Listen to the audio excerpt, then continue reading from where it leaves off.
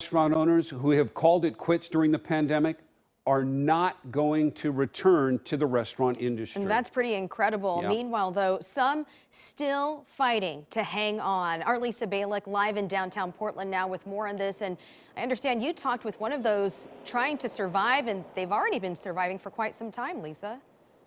Yeah, it's incredible since the turn of the century. Now, this restaurant in particular, restaurant and bar that is, says they are not open right now, but they say they are going to survive no matter what. This is pretty much everything to us. The Dan Louis Oyster Bar has been part of Keonie Wachsmuth's life since he was a kid.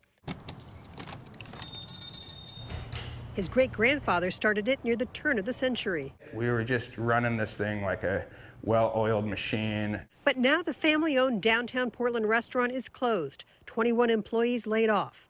They had tried doing takeout, but there was not enough business to justify the cost. We can do outside dining right now, but it's so cold out there. I mean, and the condition of downtown, if anybody knows, is just not in a good place. I found out from the Oregon Restaurant Association, almost 40% of Oregon restaurant owners expect to permanently shut their doors in the next few months. That's if there are no new federal grants or loans. And many who shut down say they're not coming back. For others, it may be that they don't see the light at the end of the tunnel or don't see a way for them to come back profitably. Now, they may change their mind in 6 months or a year if the vaccine works. The Oyster Bar is not permanently closed. There's a GoFundMe account to help pay ongoing bills like utilities and contracts from cleaning services to garbage pickups. They've been able to divert some of their rent payment.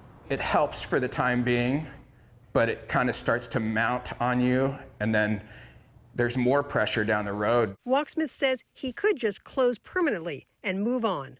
But it's a family business that survived even the Great Depression. We're willing to lose it all.